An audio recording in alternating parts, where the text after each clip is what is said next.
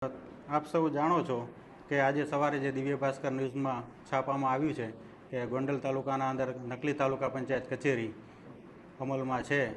તો આવું એક જે મિથ બહાર પડ્યું છે, તો ખરેખર આવું કોઈ મિથ છે નહીં. નકલી તાલુકા પંચાયત કોઈ છે નહીં.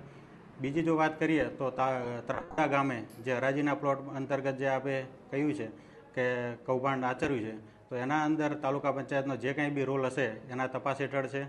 ગ્રામ પંચાયતના અંદર પણ તપાસ હેઠળ છે અને જે કાંઈ બી આના અંદર તથ્ય બહાર આવશે એ આપની સમક્ષ મીડિયાના માધ્યમથી સૌને જાણ કરીશું. બન્યું છે કે નથી બન્યું એ અત્યારે અમે ન કહી શકીએ, કેમ કે રેકર્ડ આધારિત પુરાવા અમારે એકત્રિત કરી જે તે આના અંદર ભોગ બનનાર વ્યક્તિઓ છે એમના નિવેદનો નોંધી અને અમે કાર્યવાહી કરીશું. ભોગ બન્યા છે નથી બન્યા એ સ્થળ ઉપર તપાસ થશે ત્યારે અમે એનું જસ્ટિફિકેશન કરી શકીશું. ડોક્યુમેન્ટ્સ આવ્યા છે એમનું અમે અસલ કલેક્શન કરીશું.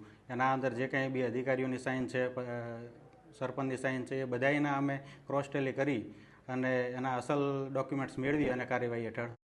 લેટર પેડનો ઉપયોગ થયો છે એવું અમને આ ફોટા ઉપરથી દેખાઈ આવે છે. હવે કોણે કર્યો છે, કઈ રીતે કર્યો છે, હજુ આ માહિતી બહાર આવ્યાના 4-5 કલાક થયા છે. બરાબર, અમે તપાસ હેઠળ છીએ. હજુ સુધી અમે એવું સ્યોરિટી ના કહી શકીએ કે આના અંદર આ વ્યક્તિ જવાબદાર છે, આ વ્યક્તિએ આ આચરણ કરેલું છે. જ્યારે પણ અમને આ માલુમ પડશે તપાસ હેઠળમાં ત્યારે અમે આપની સમક્ષ રજૂ કરીશું. મીડિયામાં આવ્યું ત્યારે જ અમને આ જાણ થઈ છે.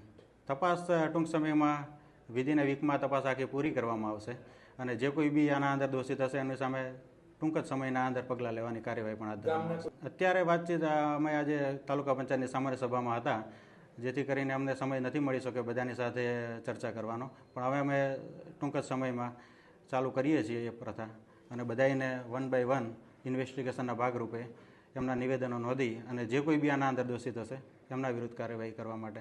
આમાં શું છે, જે રોલ છે તપાસ કમિટીનો, તો તપાસ કમિટી ગ્રાઉન્ડ લેવલ સુધી જશે ત્યારે જ આના અંદર ખ્યાલ આવશે કે શું શું થયેલું છે.